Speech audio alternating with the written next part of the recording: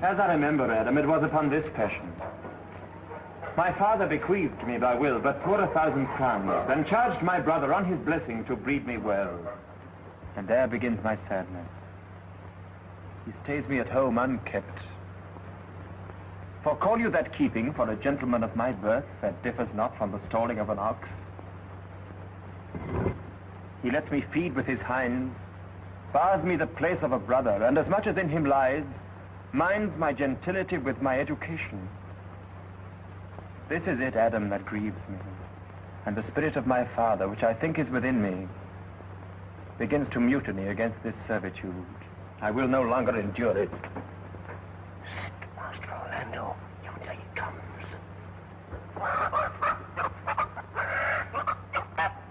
Stay apart, and thou shalt hear how he will shake me up.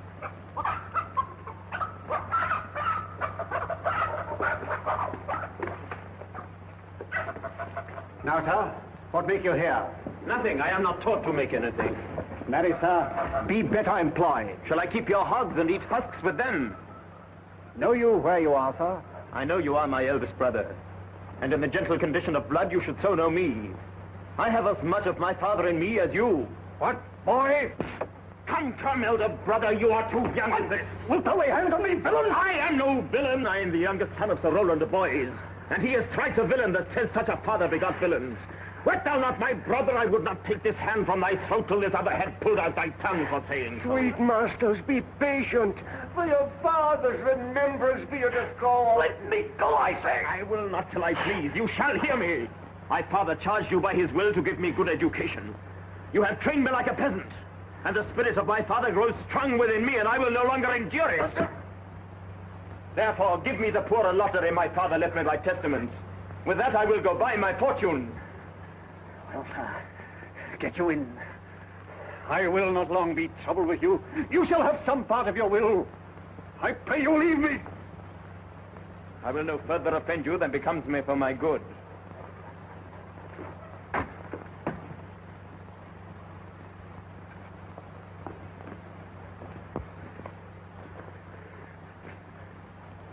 Get you with him, you old dog. Old dog, my lord. Most true, I have lost my teeth in your service.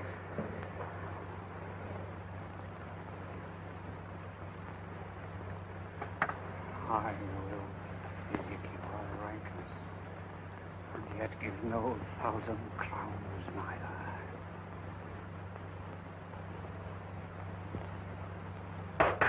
Hurrah! Dennis!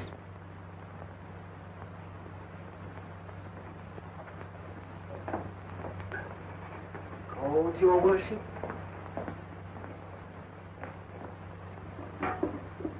Was not Charles, the Duke's wrestler, here to speak with me? So please you, he is here at the door. Call him in.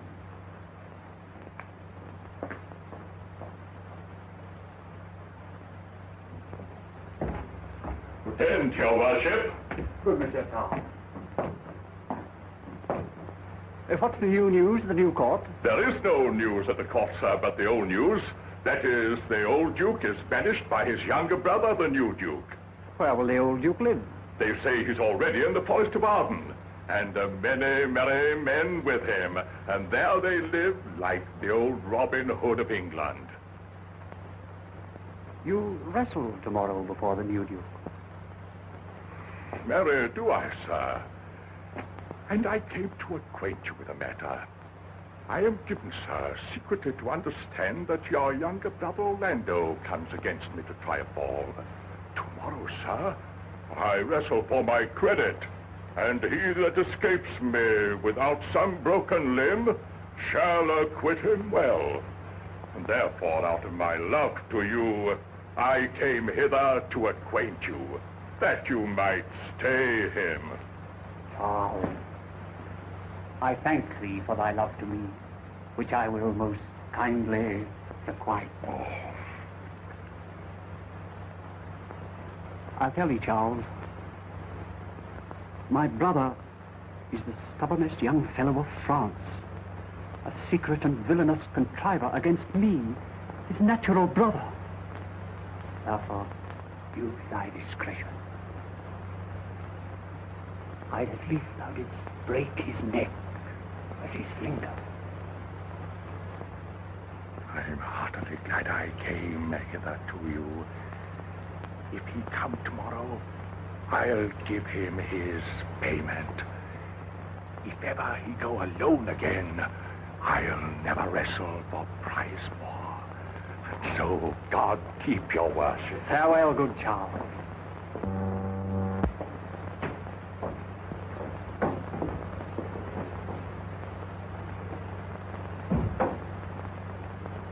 I hope I shall see an end of him. For my soul, yet I know not why,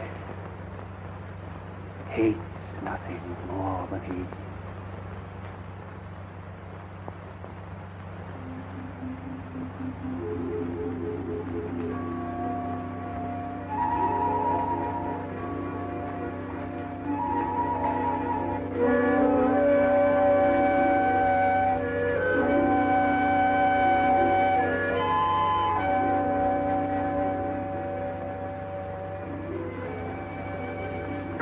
Rosalind, sweet my cousin, be merry. Dear see, I show more mirth than I am mistress of. Unless you could teach me to forget a banished father, you must not learn me how to remember any extraordinary pleasure. Herein I see thou lovest me not with the full weight that I love thee. If my uncle, thy banished father, had banished my uncle, the Duke thy father, so thou hast been still with me, I could have taught my love to take thy father for mine.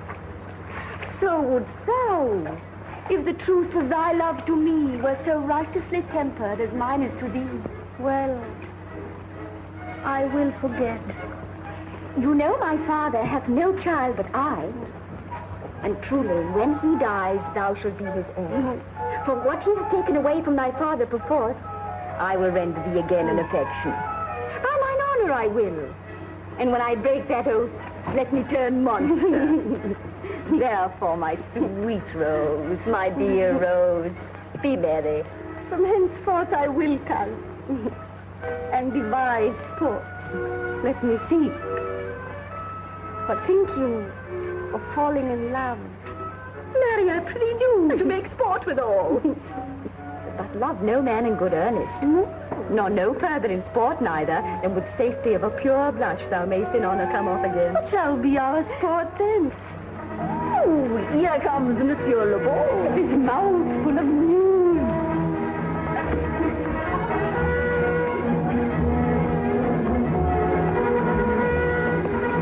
Oh, Monsieur Le Beau, what's the news? Fair Princess, you're going to lose much good sport. Sport? Of what color? What color, madame? How shall I answer you? As wit and fortune will... Eh bien, j'allais justement vous dire. Good wrestling, ladies, and they are ready to perform it. Let us see it, cousin.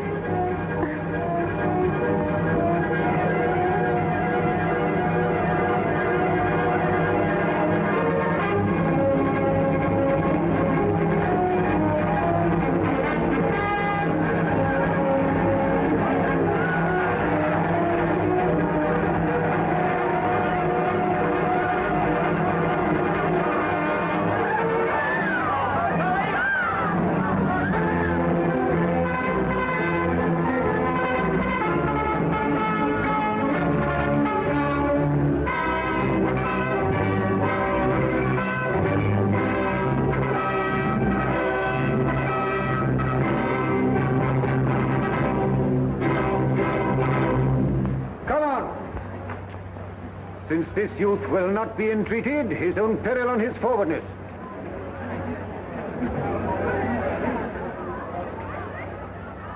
Is yonder the man?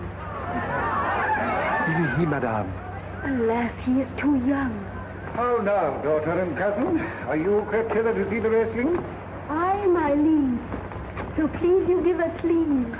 You will take little delight in it, I can tell you. There is such odds in the man. In pity of the challenger's youth, I would fain dissuade him, but he will not be entreated. Speak to him, ladies. See if you can move him. I'll not be by. Call him hither, good Monsieur Le Beau.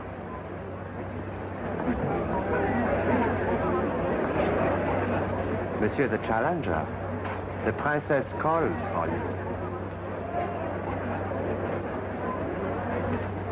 I attend them with all respect and duty.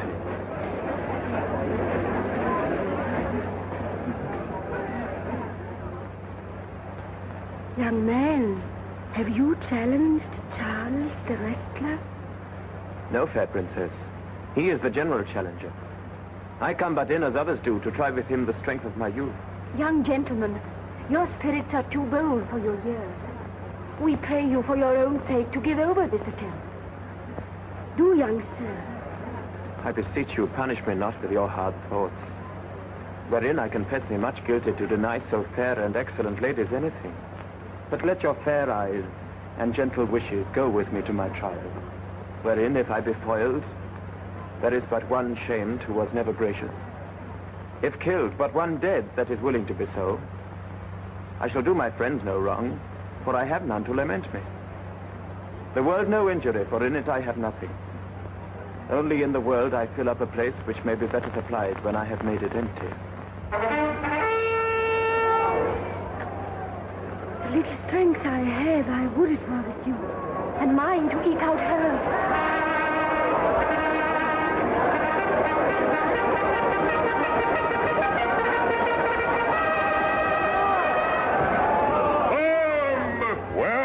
This young gallant that is so desirous to lie with his mother. You mean to mock me after? You should not have mocked me before. But come your way.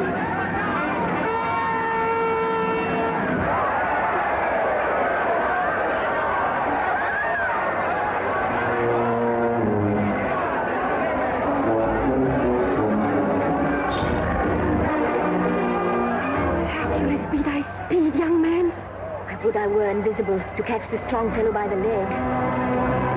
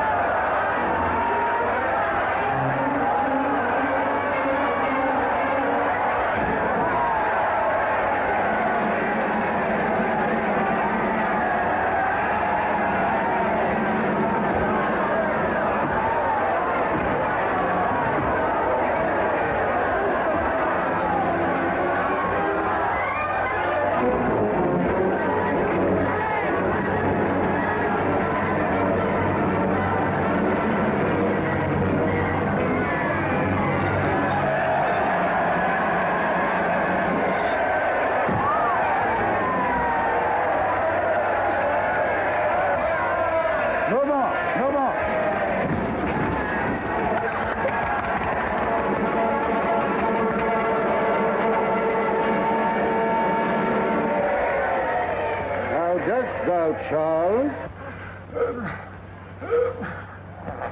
He cannot speak, my lord. Bear him away.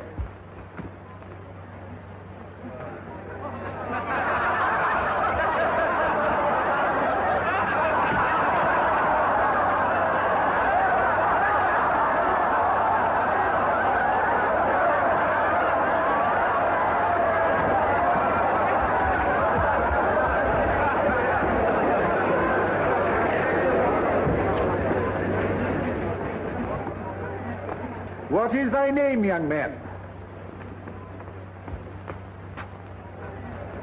Orlando, my liege, the youngest son of Sir Roland de Boys. I would thou hadst been son to some man else. The world esteemed thy father honorable, but I did find him still mine enemy.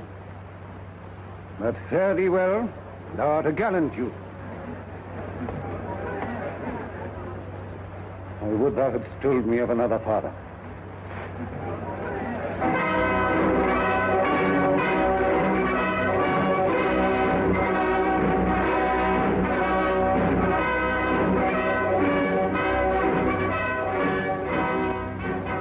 Were I my father, cuz, would I do this.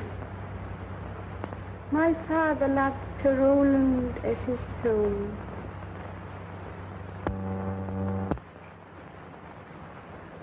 Gentle cousin, let us go thank him and encourage him. Sir, you have well deserved.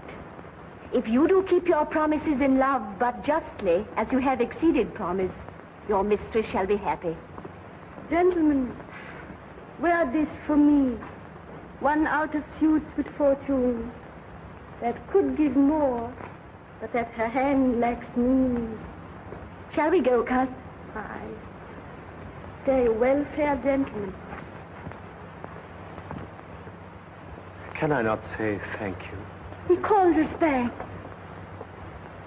My pride fell with my fortune. I'll ask him what he would. Did you call, sir? Sir, you have wrestled well and overthrown more than your enemies.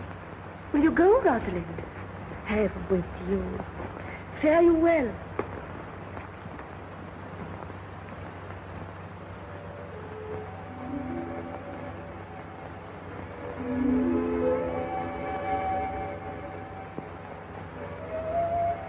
What passion hangs these weights upon my tongue? I cannot speak to her. Yet she urged conference. O poor Orlando, thou art overthrown. Or Charles, or something weaker masters thee.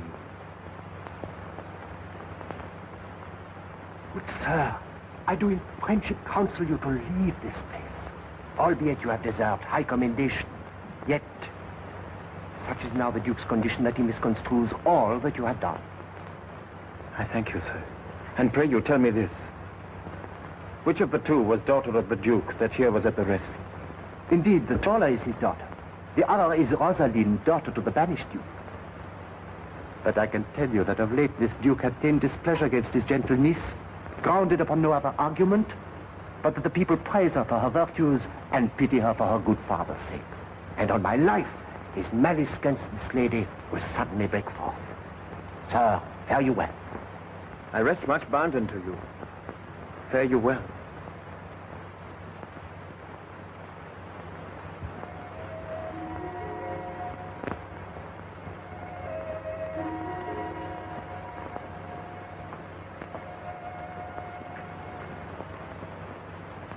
Thus must I from the smoke into the smother,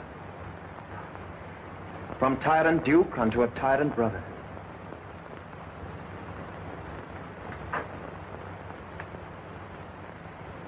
But heavenly Rosalind,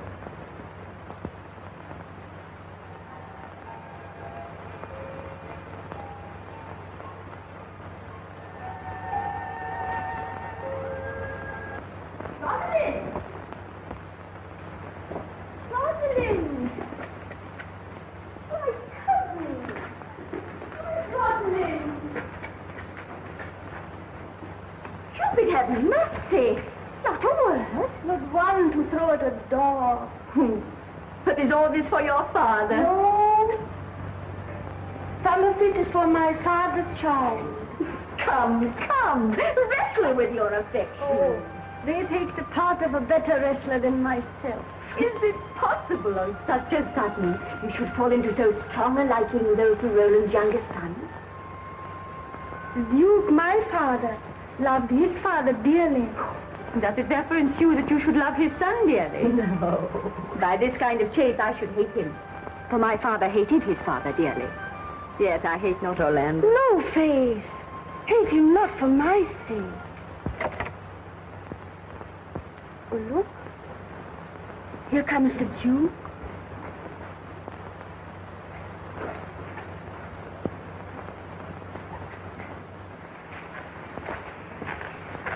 Mistress, dispatch you with your safest haste and get you from our court. Nyanka. You, cousin, within these 10 days, if that thou beest found so near our public court as 20 miles, thou diest for it. I do beseech your grace. Let me the knowledge of my fault bear with me. Never so much as in a thought unborn did I offend your highness. Thus do all traitors. Thou art thy father's daughter, there's enough. So was I, when your highness took his dukedom. So was I when your highness banished him. Treason is not inherited, my lord.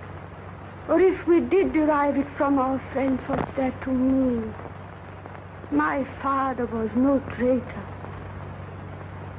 Then good my liege, mistake me not so much, to think my poverty is treacherous. Dear sovereign, hear me speak. Why, Celia, we stayed her for your sake, else had she with her father ranged along. If she be a traitor, why, so am I. We still have slept together, rose at an instant, learned, played, ate together, till we went coupled and inseparable. Thou art a fool, she won't feel thy name. And thou art show more bright and seem more virtuous when she is gone. No, my dear. Open not thy lips. Firm and irrevocable is my doom. She is banished. Now that settles it on me, my liege. I cannot live out of her company. You are a fool. You, niece, provide yourself. If you outstay the time, upon mine honor, and in the greatness of my word, you die.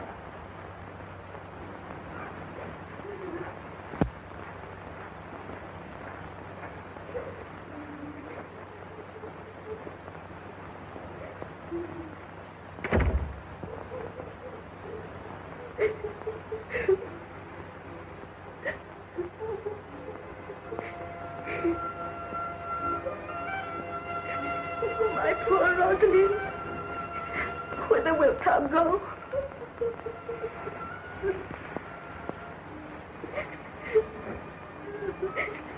Wilt thou change, father? I will give thee mine.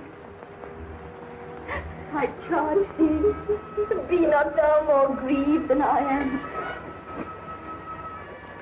I have more cause.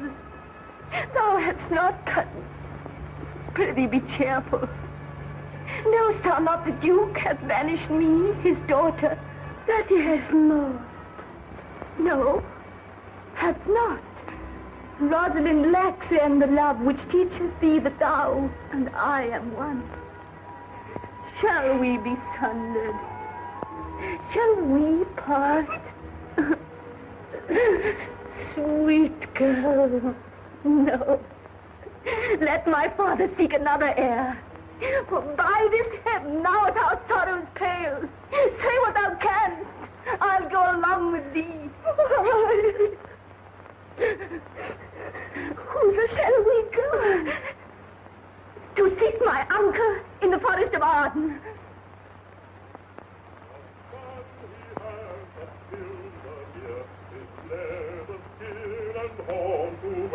Ik wou dus kon to wear the horn. It was the crest der thou wast born. Thy father's father wore it, and thy father bore it. The horn upon the lassie horn is not a thing to laugh to scorn. Now, my co-mates and brothers in exile, hath not old custom made this life more sweet than that of painted pomp? Are not these woods more free from peril than the envious court? Here feel we but the penalty of Adam, the season's difference, as the icy fang and churlish chiding of the winter's wind, which when it bites and blows upon my body, even till I shrink with cold, I smile and say, this is no flattery. These are counselors that feelingly persuade me what I have. Sweet are the uses of adversity, which like the toad, ugly and venomous, wears yet a precious jewel in his head. And this our life, exempt from public haunt, finds tongues in trees, books in running brooks, sermons in stone, and good in everything. I would not change it. Happy is your grace, that can translate the stubbornness of fortune into so quiet and so sweet a style.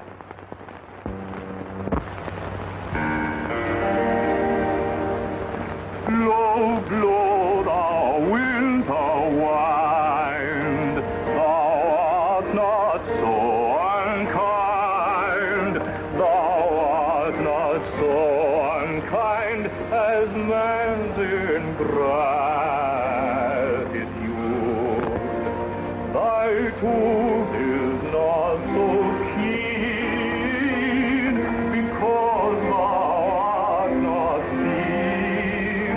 Thy tooth is not so keen because thou art not seen. Although thy breath is rude, although thy breath is rude, although thy breath is rude.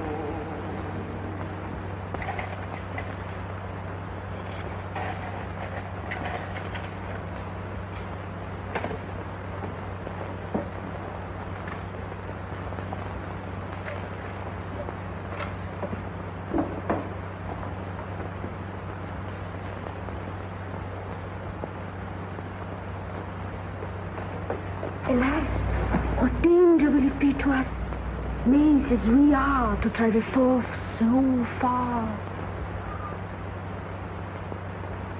I'll put myself in poor and mean attire, and with a kind of umber smirch my face. But like do you, so shall we pass along and never stir assailants. Were it not better that I do suit me, all points like a man, and in my heart lie there what hidden women's fear their will. We'll have a swashing and a martial outside, as many other mannish cowards have, that do outface it with their semblances.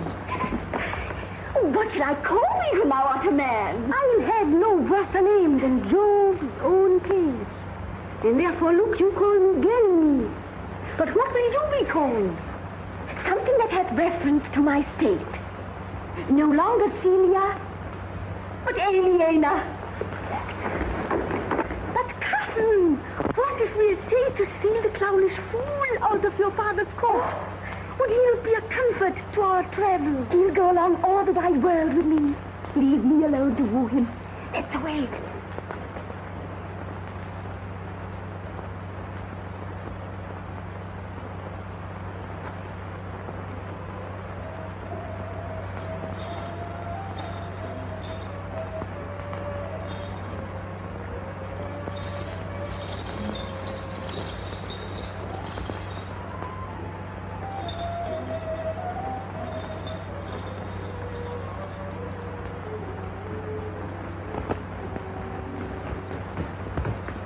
Now go we in content to liberty and not to banishment. Can it be possible that no man saw them? It cannot be. Some villains of my court are of consent and sufferance in this. I cannot hear of any that see her. Lord, the royalist clown, at whom so oft your grace would want to laugh, is also missing.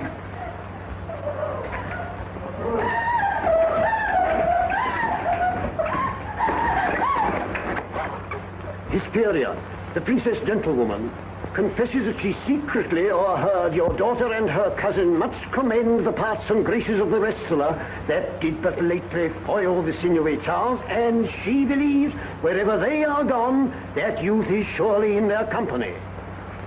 Send for that wrestler. Fetch that gallant hither. If he be absent, bring his brother to me. I'll make him find him.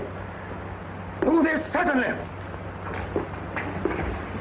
And let not search or inquisition quail to bring again these foolish runaways.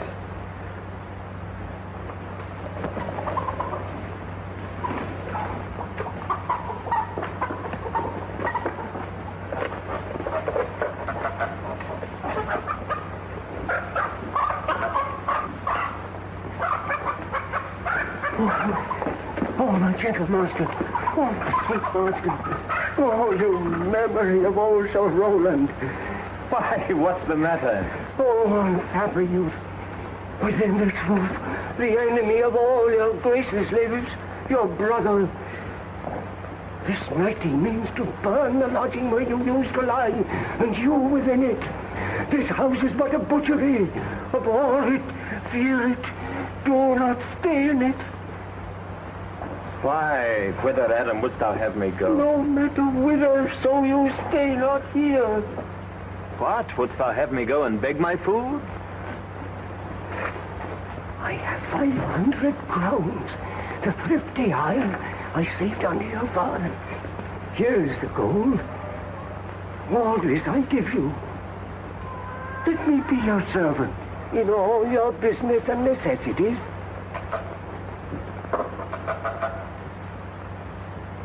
Oh, good old man.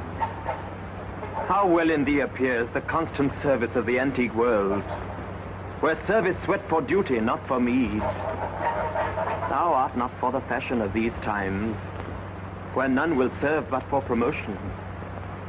But come thy ways, we'll go along together, and ere we have thy youthful wages spent, we'll light upon some settled low content.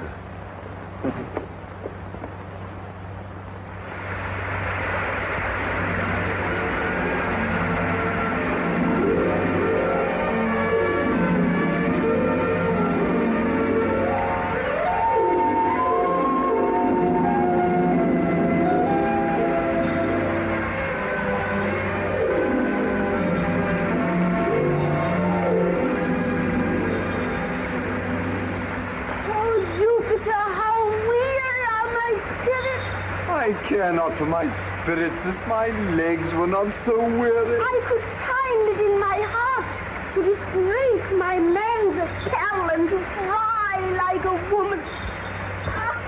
I pray you bear with me. I can go no further. For my part, I had rather bear with you than bear you. Well, this is the forest of Arden. Aye, now am I in Arden, the more fool I. When I was at home, I was at a better place. The travelers must be content. Aye. Be so, good touchstone.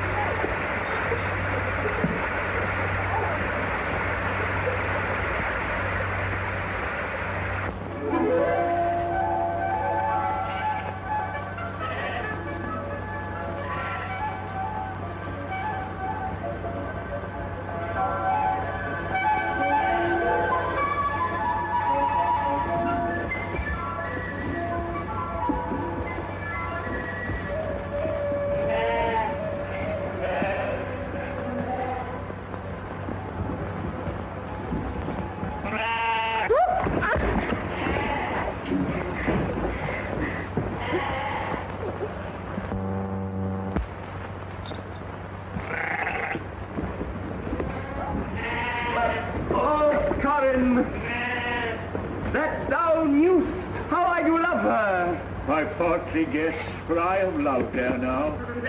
How many actions most ridiculous hast thou been drawn to by thy fantasy? Into 1,000 that I have forgotten. Oh, thou didst then ne'er love so heartily. If thou rememberest not the slightest folly that ever love did make thee run into, thou hast not loved. Or if thou hast not spoke as I do now, wearing thy hearer with thy mistress' praise, thou hast not loved.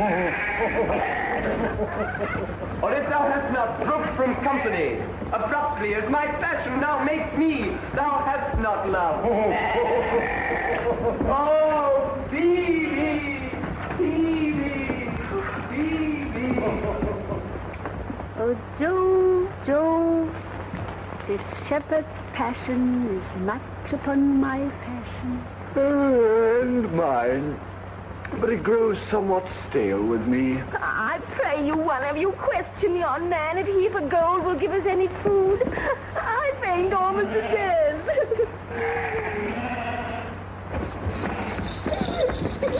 Hello, you clown. Peace, fool, he's not thy kinsman. Who calls? No, to you, friend.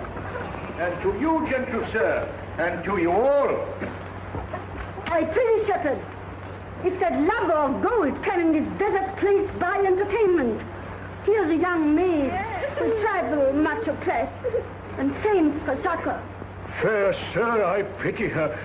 But I am shepherd to another man, and do not share the fleeces that I graze. His cot, his flocks, and bounds of feed are now on sale. But what is? Come and see, and in my voice most welcome shall you be. I pray thee, if it stand with honesty, buy thou the cottage, pasture, and the flock, and thou shalt have to pay for it of us. I like this place, and willingly would waste my time in it. Assuredly the thing is to be sold. Go with me. And if you like, upon report, the soil, the profit, and this kind of life, I will your very faithful feeder be.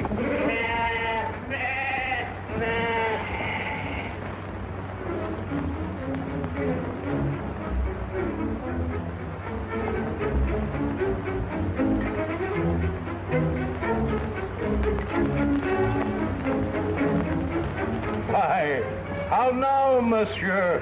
What a life is this, that your poor friends must woo your company. You look merrily. A fool, a fool. I met a fool in the forest. A motley fool. A miserable world. As I do live by food, I met a fool who laid him down and basked him in the sun and railed on Lady Fortune in good terms, in good set terms, and yet a motley fool. Good morrow, fool, quoth I. No, sir, quoth he. Call me not fool till heaven hath sent me fortune. And then he drew a dial from his poke, and looking on it with lackluster eye, says very wisely, it is 10 o'clock. Thus we may see, quoth he, how the world wags. 'Tis but an hour ago since it was 9, and after 1 hour more 'twill be 11. And so from hour to hour we ripe and ripe, and then from hour to hour we rot and rot, and thereby hangs a tale. Oh, noble fool, a worthy fool, motley's the only wear. What fool is this? Oh, worthy fool, would that I were a fool. I am ambitious for a motley coat. Forbear and eat no more. Why, I've ate none yet. Nor shalt not till necessity be served. Of what kind should this cock come on? Forbear, I say. He dies who touches any of this fruit till I and my affair are answered. And you will not be answered with reason. I must die. What would you have? Your gentleness shall force, more than your force, move us to gentleness. I almost die for food. Let me have it. Sit down and feed, and welcome to our table. Speak you so gently. Pardon me, I pray you. I thought that all things had been savage here, and therefore put I on the countenance of stern commandment. But whate'er you are, if ever you have looked on better days, if ever been where bells have knolled to church, if ever sat at any good man's feast, if ever from your eyelids wiped a tear and know what is to pity and be pitied, let gentleness my strong enforcement be, in the which hope I blush and hide my sword. True is it that we have seen better days, and have with holy bell been knolled to church, and sat at good men's feasts, and wiped our eyes of drops that sacred pity hath engendered. Therefore, sit you down in gentleness. Yet but forbear your food a little while.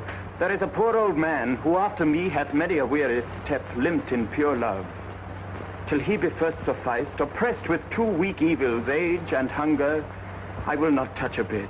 Go seek him out, and we will nothing waste till your return. I thank ye, and be blessed for your good comfort. Thou seest, we are not all alone unhappy. This wide and universal theatre presents more woeful pageants than the scene wherein we play in. All the world's a stage. And all the men and women, merely players. They have their exits and their entrances. And one man in his time plays many parts. His acts being 7 ages. At first, the infant, mewling and puking in the nurse's arms. Then the whining schoolboy with his satchel and shining morning face, creeping like snail unwillingly to school. And then the lover, sighing like furnace, with a woeful ballad made to his mistress' eyebrow. Then a soldier, full of strange oaths and bearded like the bard, jealous in honor, sudden and quick in quarrel, seeking the bubble reputation even in the cannon's mouth. And then the justice, in fair round belly, with good cape and line, with eyes severe and beard of formal cut, full of wise saws and modern instances, and so he plays his part. The 6th age shifts into the lean and slippered pantaloon, with spectacles on nose and pouch on side. His youthful hose, well saved, a world too wide for his shrunk shank, and his big manly voice, turning again toward childish treble, pipes and whistles in his sound. Last scene of all, that ends this strange, eventful history, is second childishness and mere oblivion. Sans teeth, sans eyes, sans taste, sans everything.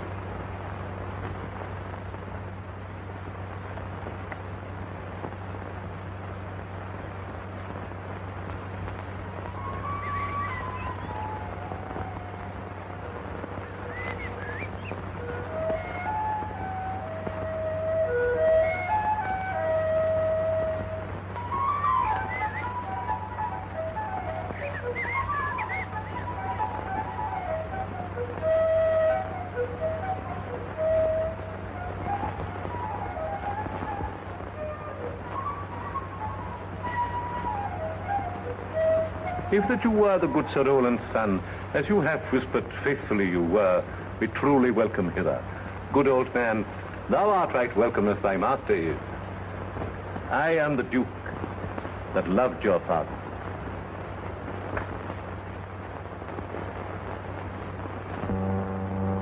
Seen him since? Sir, that cannot be. But look to it. Find out thy brother, wheresoe'er he is. Seek him with candor. Bring him, dead or living, within this 12-month, or turn thou no more to seek a living in our territory.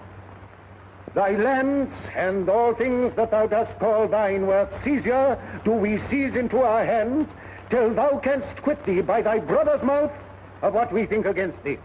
Oh, that your highness knew my heart in this. I never loved my brother in my life. More villain thou. Well, push him out of doors. And let my officers of such a nature make an extent upon his house and lands. Do this expediently and turn him going.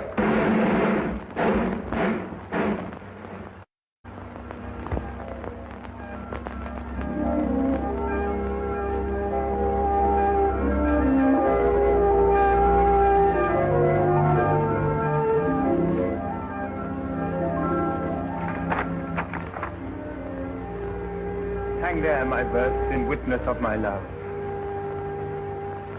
And thou, thrice-crowned Queen of Night, survey with thy chaste eye from thy pale sphere above thy huntress name that my full life doth sway.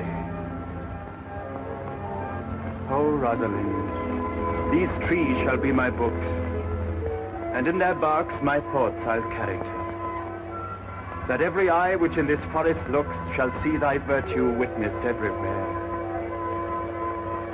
Run. Run, Orlando.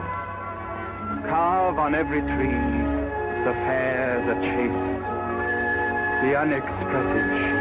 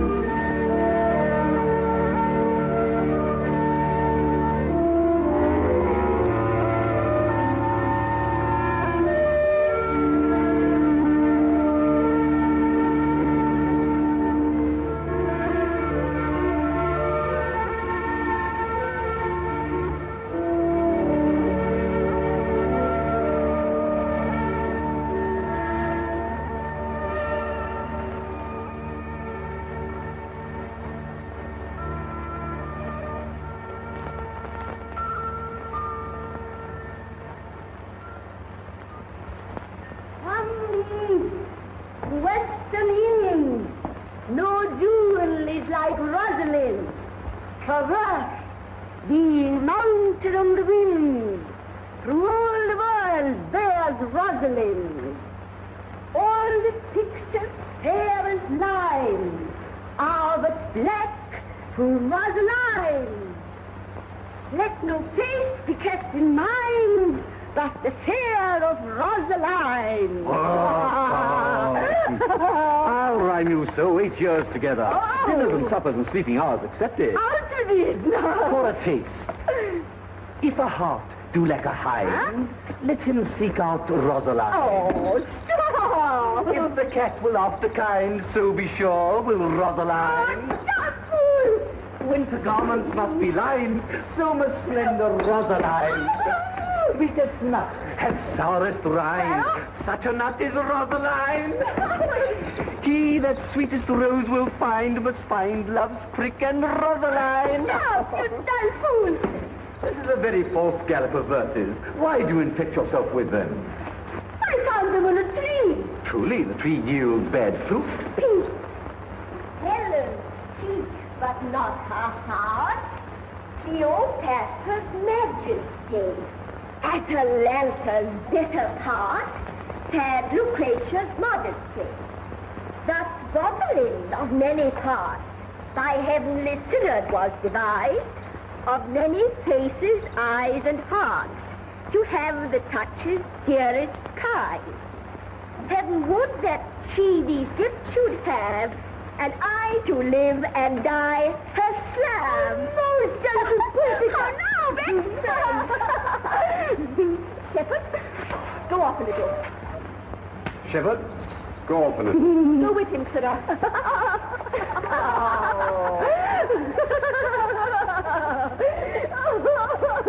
Didn't thou hear without wondering how thy name should be hanged and carved upon these trees? I was 7 of the 9 days out of the wonder before you came.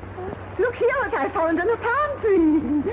I was never so berhymed since Pythagoras' time, when I was an Irish rat, which I can hardly remember. Trow you who has done this? Is it a man? And a chain you once wore about his neck. Change your color? I prithee who? Oh, is this possible? Nay, I prithee thou, with most exceptionary vehemence, tell me what is. Oh, wonderful, wonderful, and most wonderful, wonderful, and yet again wonderful, and after that, out of all, when my complex. Dost thou think, though I am caparisoned like a man, I have a doublet and hose in my disposition? 1 inch of delay more is a south. sea of discovery. Quickly and speak apace. Oh, I would thou couldst stand, that thou mightst pour this concealed man out of thy mouth as wine comes out of a narrow-mouthed bottle, out of too much at once or none at all. I pray thee, take the cork out of thy mouth, that I may drink thy tidings. So you may put a man in your belly. What manner of man? Is his head worth a hat, or his chin worth a beard?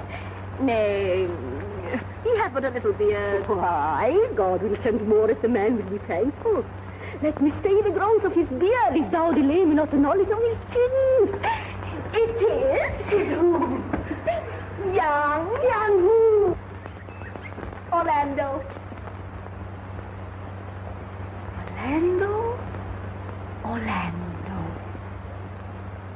Alas, the day. What shall I do with my lovely Lord? What did he when thou sawest him? What said he? How looked he? What makes he now? He asked for me. Or shalt thou see him again? Oh, answer me in one word. You must bore me gargantuous mouth first. Oh. But take a taste. I found him under a tree, like a dropped acorn. May well be called Jove's tree, when it drops forth such fruit. There lay he, stretched along like a wounded knight. Though it be pity to see such a sight, it well becomes the ground. Cry holler to thy tongue, I prithee. Thou bring'st me out of tune. Oh, Elena! Elena!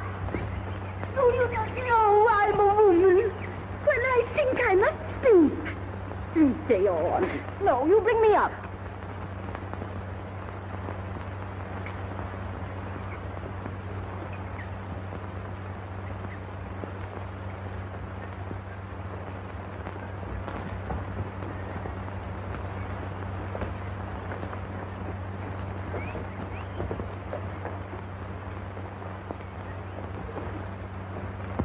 I thank you for your company.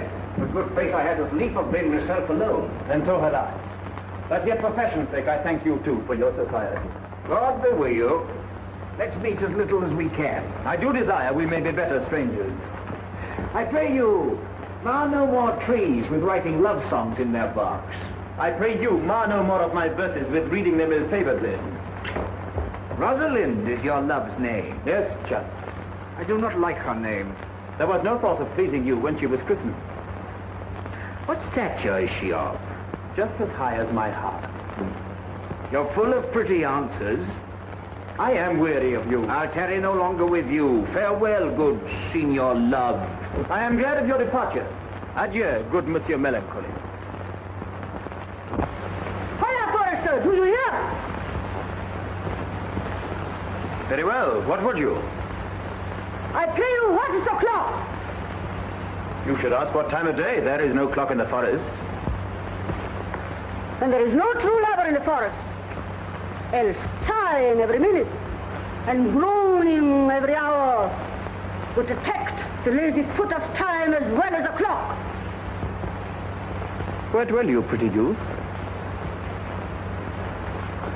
With this shepherdess, my sister. Here in the skirts of the forest lie fringe upon a petticoat. Your accent is something finer than you could purchase in so removed a dwelling. I have been told so of many. But indeed an old religious uncle of mine taught me to speak. He was in his youth an inland man, one that knew courtship too well, for there he fell in love. I've heard him read many lectures against it, and I thank God I'm not a woman to be touched with so many giddy offenses. Can you remember any of the principal evils that he laid to the charge of women? I pray that recount some of them. No. I will not cast away my physic, but on those that are sick. There is a man haunts the forest that abuses our young plants with carving Rosalind on their barks, hangs odes upon hawthorns and elves on brambles. And all forsooth, thee find the name of Rosalind. If I could meet that fancy-monger, I would give him some good counsel, for he seems to have the quotidian of love upon him. I am he that is so love-shaked. I pray you tell me your remedy. There is none of my uncle's marks upon you. He taught me how to know a man in love. What were his marks? A lean cheek, which you have not. A blue eye, and sunken, which you have not. A beard neglected, which you have not. Then your hose should be ungartered, your bonnet unbanded, the sleeve unbuttoned, your shoe untied, and everything about you demonstrating a careless desolation. But you are no such man. You are rather point device in your accoutrements, as loving yourself and seeming the lover of any other. I swear to thee, youth, by the white hand of Rosalind, I am that he, that unfortunate he. But are you as much in love as your rhymes speak? Neither rhyme nor reason can express how much. Love is merely a madness, yet I profess curing it by counsel. Did you ever cure any soul? Mm-hmm. One. And in this manner, he was to imagine me, his love, his mistress. And I set him every day to woo me, at which time I, being but a moonish youth, would now like him, now loathe him, then entertain him, then forswear him, now weep for him, now spit at him, that I'd rave my suitor from his mad humor of love into a living humor of madness. And thus I cured him.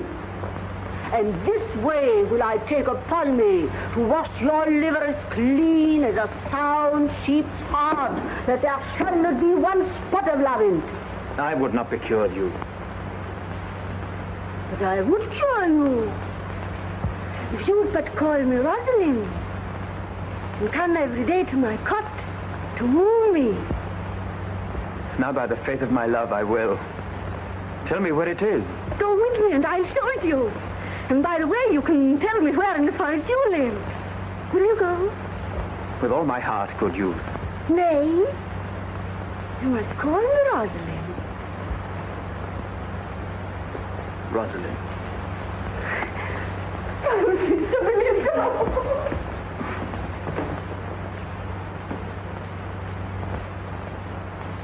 Therefore take the present time with the hay and the hoe and the hay, mommy, low. For love is crowned with that prime in springtime,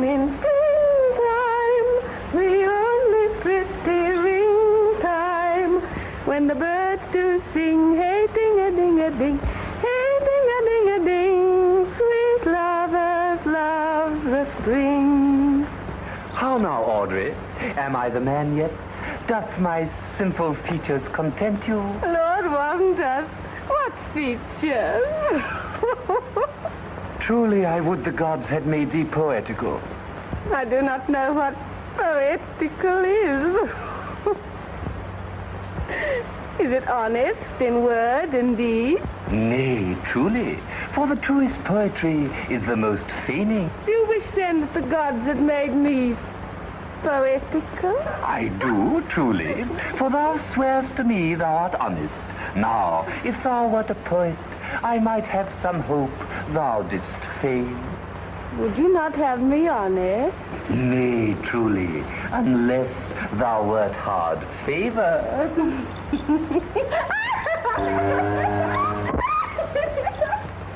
Never talk to me, I will weep.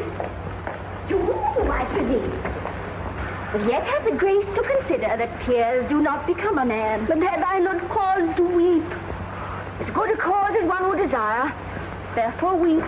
His very hair is of the dissembling color, Even browner than Judas's. Marry, his kisses are Judas's own children. his hair is of a good color. An excellent color. Your chestnut was ever the only color.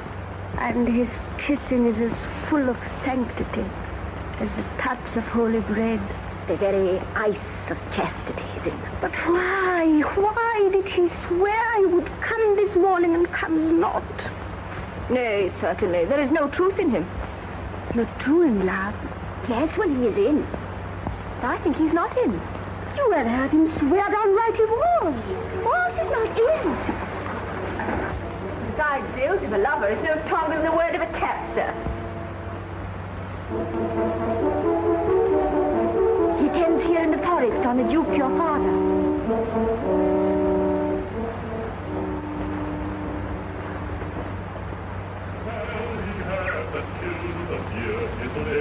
Skin and horn who wear a crown of thorn, who wear the horn. It was a great fair hour born. Thy father's father wore it, and thy father bore it. The horn, I met the Duke yesterday. He asked me of what parentage I was. I told him of as good as he. He laughed and let me go.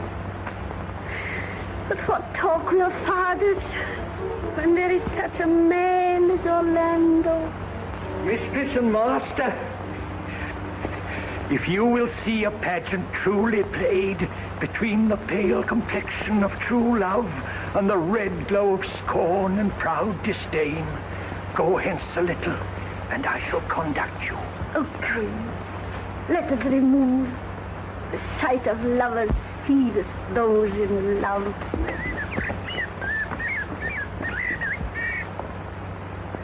Sweet Phoebe, do not scorn me. Do not, Phoebe.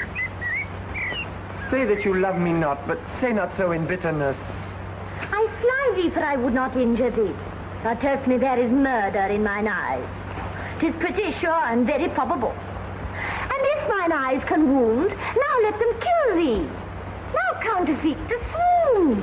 Why now fall down? Oh, if thou canst not. Oh, for shame, for shame. Lie not to say mine eyes are murderers. Oh, dear Phoebe, if ever, as that ever may be near, you meet in some fresh cheek the power of fancy, then shall you know the wounds invisible that love's keen arrows make. But till that time, come not thou near me. And when that time comes, afflict me with thy locks. Pity me not. And till that time, I shall not pity thee.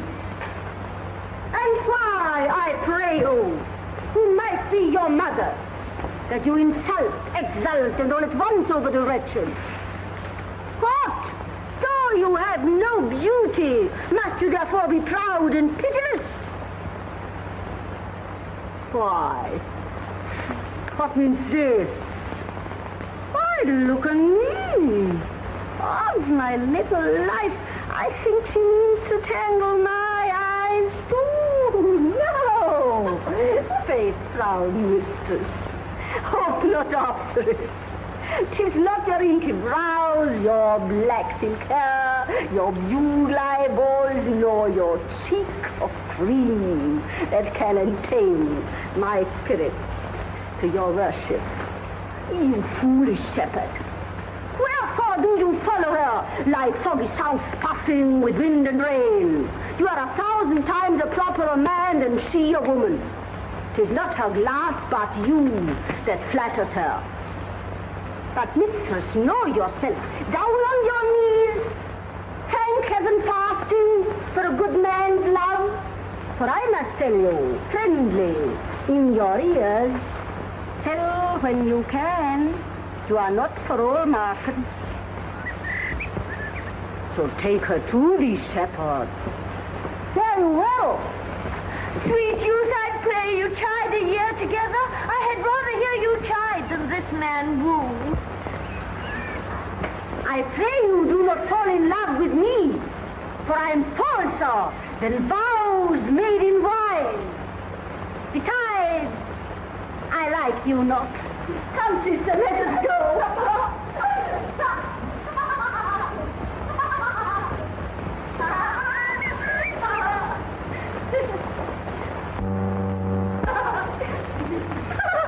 Good day and happiness, dear Rosalind.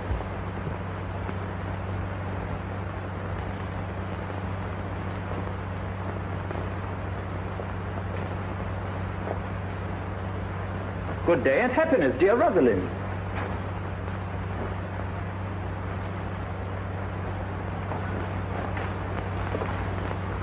Now, Orlando, where have you been all this while? You a lover. And you serve me such another trick, never come in my sight anymore. My fair Rosalind, I came within an hour of my promise. Break an hour's promise in love. He that will divide a minute into 1,000 parts and break but a part of 1,000th part of a minute in the affairs of love. It may be said of him that Cupid has clapped him on the shoulder, but I'll warrant him heart whole. Pardon me, dear Rosalind. Nay, and you be so tardy, come no more in my sight. I had as lief be a wood of a snail. Of a snail? Aye, of a snail. But though he comes slowly, he carries his house on his head. A better jointure, I think, than you make a woman. Besides, he brings his destiny with him. What's that? Oh, Virtue is no horn maker, and mine Rosalind is virtuous. and I am your Rosalind. Come woo me, for now I am in a holiday humor and like enough to consent. What would you say to me now? And I were your very, very Rosalind. I would kiss before I spoke. Nay. You had better speak first. Very good orators, when they are out, they will spit. And for lovers lacking matter, the cleanliest shift is to kiss. Who could be out being before his beloved mistress? Marry, that should you if I were your mistress. Am not I your Rosalind?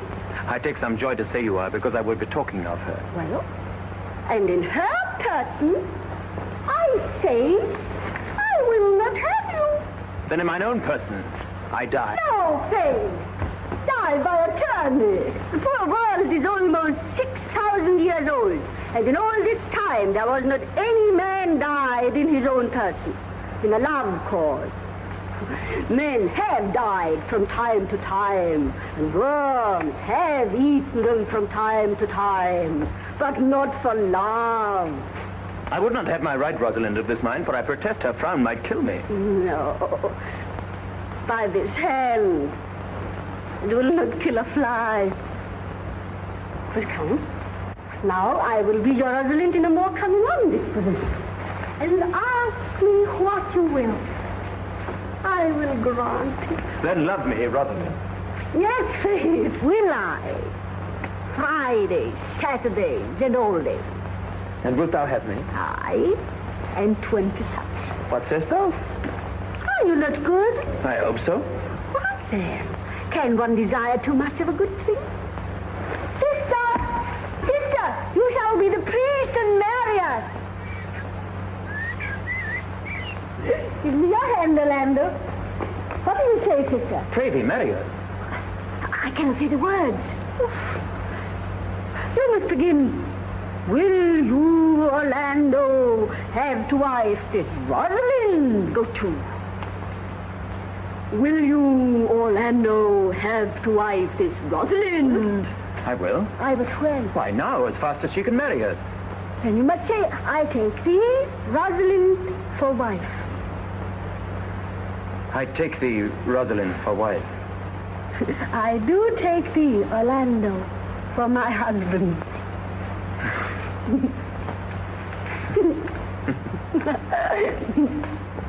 Now tell me, Orlando, how long would you have her after you've possessed her? Forever and a day.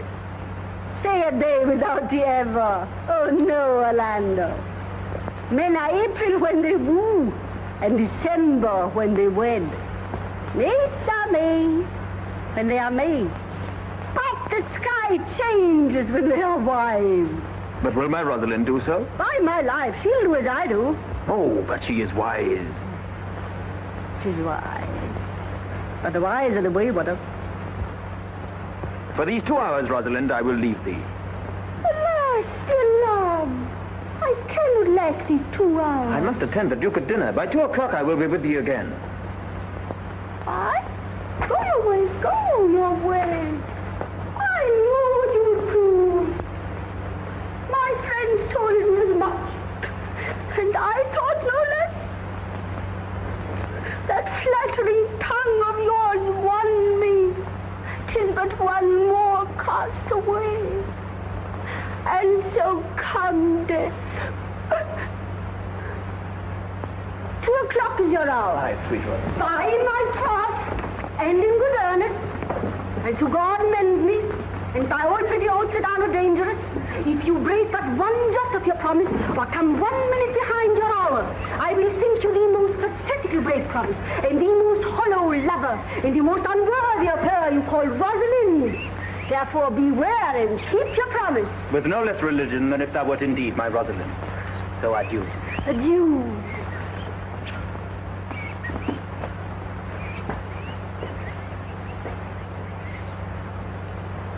Adieu.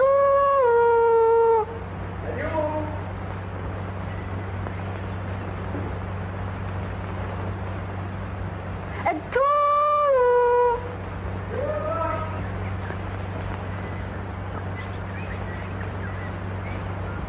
At 2 o'clock.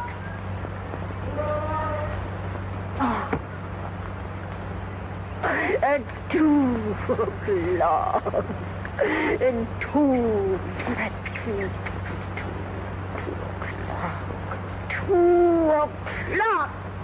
o'clock. You have simply misused our sex in your love praise. Come, my pretty little cousin, that thou didst know how many fathoms deep I am in love. Oh, but it cannot be sounded. My affection hath an unknown bottom, like the Bay of Portugal. Rather bottomless. Oh, and tell thee, Aliena, I cannot be out of the sight of Orlando. Oh, I'll go, find the shadow, and sigh till he comes. And I'll sleep.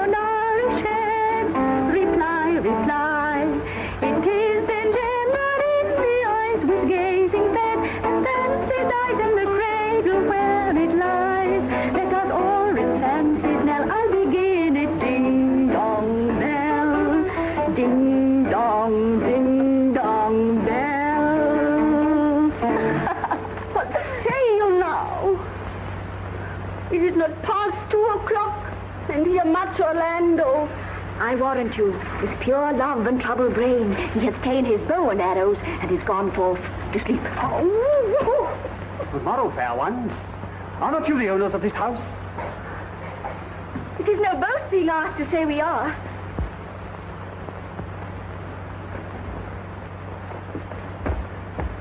Orlando doth commend him to you both. And to that youth he calls his Rosalind, he sends this blood-stained napkin. Are you he? I am. What must we understand by this? Some of my shame, if you know of me what man I am, and how and why and where this handkerchief was stained. I pray you tell it. When last he and Orlando parted from you, he left a promise to return again within the hour. And pacing through the forest, lo what befell. Under an oak, a wretched, ragged man lay sleeping on his back. About his neck, a green and gilded snake had wreathed itself. But suddenly, seeing Orlando, it unlinked itself and slipped away into a bush, under which bush's shade a lioness lay crouching, head on ground, with cat-like watch when that the sleeping man should stir. This seen, Orlando did approach the man, and found it was his brother, his elder brother. Oh, I've heard him speak of that same brother, and he did render him the most unnatural that lived amongst men.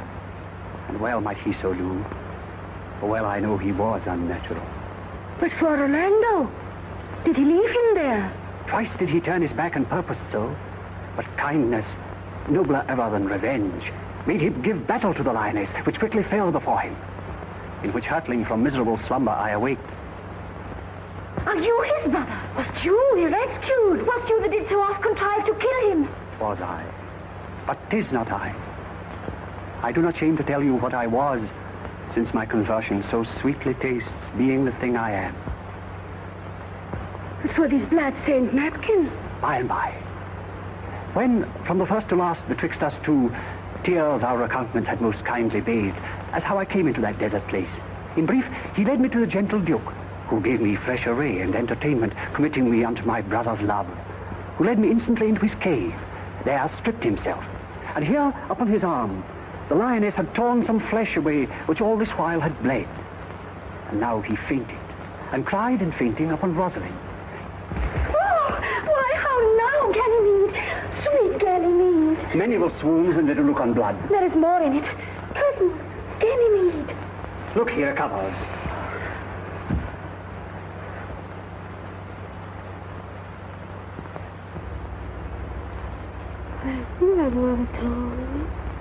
We'll lead you thither.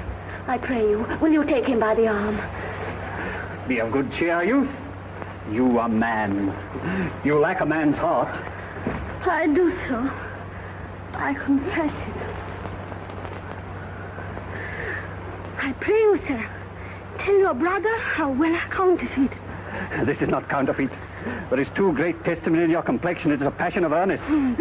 Counterfeit, I assure you. Well, then take a good heart and counterfeit to be a man. So I do.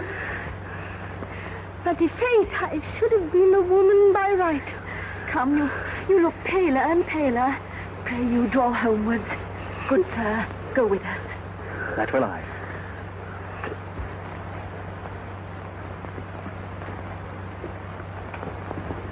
Counterfeit, I assure you.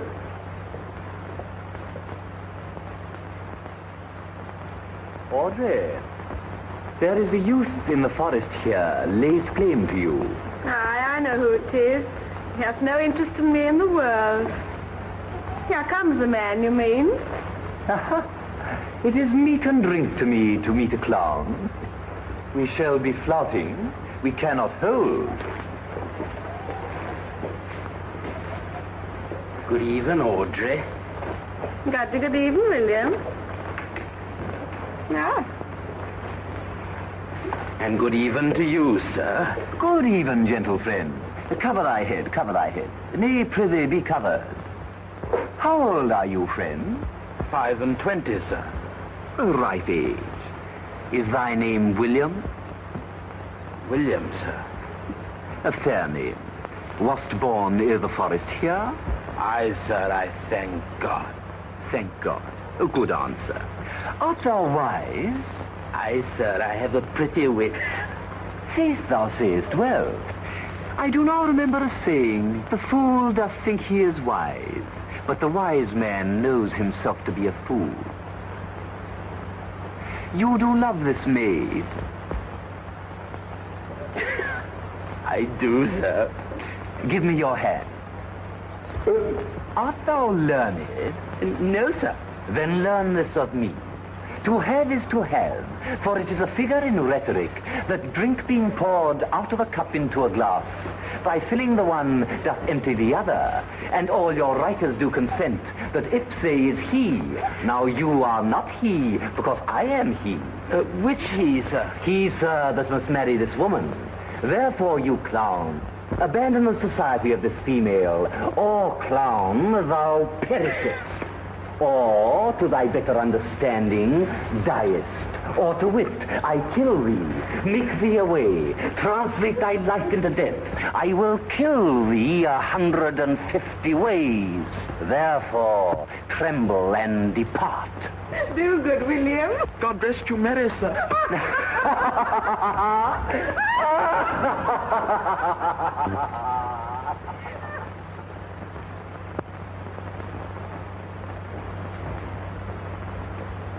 Is it possible that on so little acquaintance, that but seeing Eleanor you should love her, and loving woo and wooing she should grant? Neither call in question my sudden wooing nor her sudden consenting. But say with me, I love Eleanor. Tell me where is fancy bred, or in the heart, or in the head. How be God, how love is shed. Reply, reply.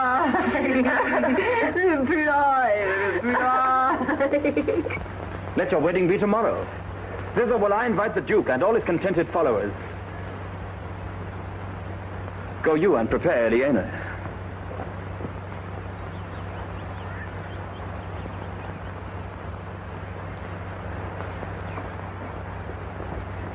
I tell you, brother. And you, fair sister.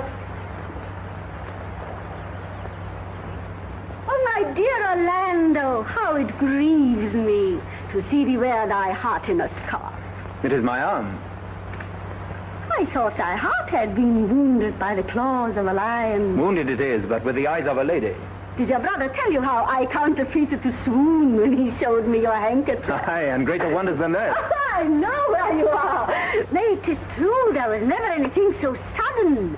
For your brother and my sister, they are in a very vault of love. They will together. Clubs cannot part them. They shall be married tomorrow, and I will bid the Duke to the nuptial. But oh, how bitter a thing it is to look into happiness through another man's eyes. By so much the more shall I tomorrow be at the height of hard heaviness. By how much I shall think my brother happy in having what he wishes for.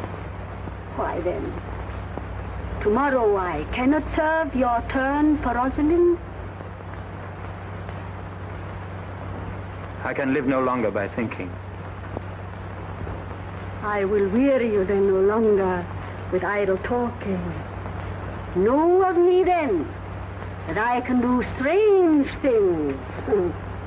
I have, since I was 3 years old, conversed with a magician. And if you do love Rosalind so near the heart as your gesture cries it out, you shall marry her when your brother marries Eleanor. It is not possible for me to set her before your eyes tomorrow, human as she is, and without any danger. Speakst thou in sober meaning? I do, by my life, which I tender dearly, though I say I am a magician. Therefore, put you on your best array. Bid your best friends, for if you will be married tomorrow, you shall, and to Rosalind, if you will. You have done me much ungentleness. I care not if I have. It is my study to seem despiteful and ungentle to you. You are there followed by a faithful shepherd. Look upon him, love him, he worships you. Oh, good shepherd, tell this youth what 'tis to love. 'Tis to be all made of sighs and tears, and so am I for Phoebe. And I for Ganymede. And I for Rosalind. And I for no woman. It is to be all made of faith and service, and so am I for Phoebe. And I for Ganymede. And I for Rosalind. And I for no woman. It is to be all made of fantasy, all made of passion, and all made of wishes, all adoration, duty, and observance, all humbleness, all patience and impatience, all purity, all trial, and all obedience. And so am I for Phoebe. And so am I for Ganymede. And so am I for Rosalind. And so am I for no woman. Travail no more of this. 'Tis like the howling of Irish wolves against the moon. I will help you if I can. I would love you if I could. Tomorrow, meet me all together. I will marry you, if ever I marry a woman. And I'll be married tomorrow. I'll satisfy you, if ever I satisfy a man. And you shall be married tomorrow. I'll content you, if what pleases you content you. And you shall be married tomorrow. As you love Rosalind, meet. As you love Phoebe, meet. And as I love no woman, I'll meet. So fare you well, I've left you command. I'll not fail if I live. No, I.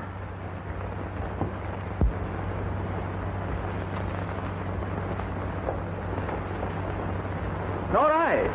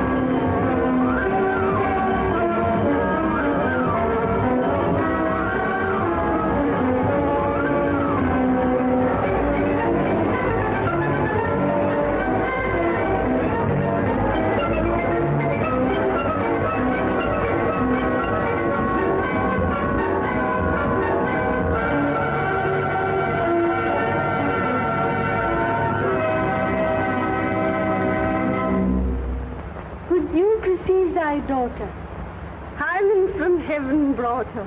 I brought her hither, that thou might join her hand and his, whose heart within his bosom is. If there be truth in sight, you are my daughter. If there be truth in sight, you are my Rosalind. If sight and shape be true, why then, my love, adieu. I'll have no father if you be not me. I'll have no husband if you be not he. Nor no wed woman if you be not she. Oh, my dear niece, welcome thou art to me. Even daughter welcomed in no less degree.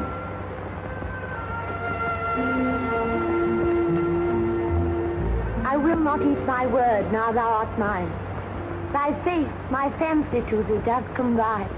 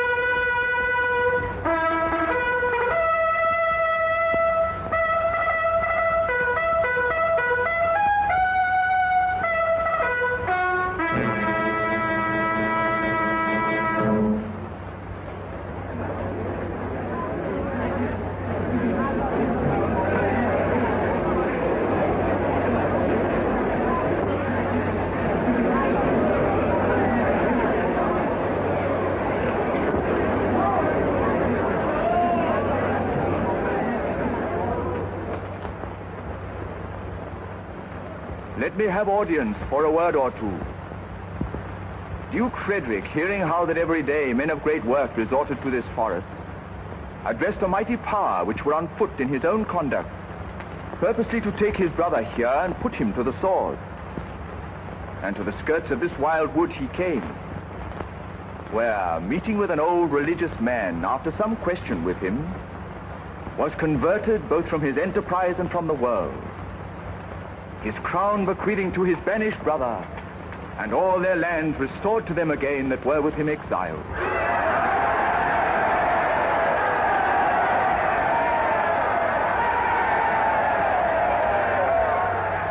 Welcome, young man. Thou offerest fairly to my daughter's wedding. Meantime, forget this new fallen dignity and fall into our rustic revelry.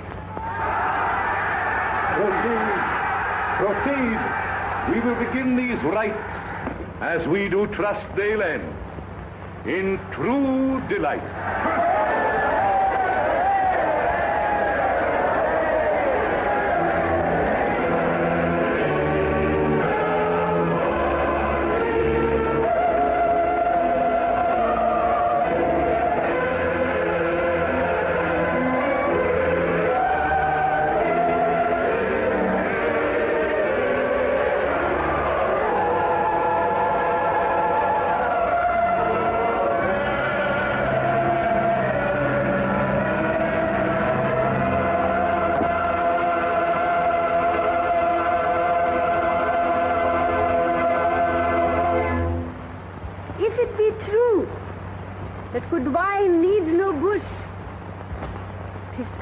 Good play needs no epilogue.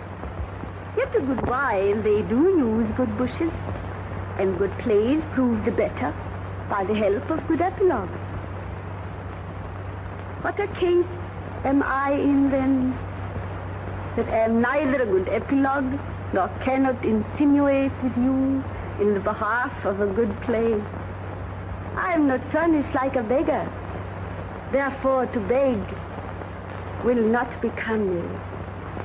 My way is to conjure you, and I'll begin with the women. I charge you, O women, for the love you bear to men, to like as much of this play as please you. And I charge you, O men, for the love you bear to women, that between you and the women, the play may please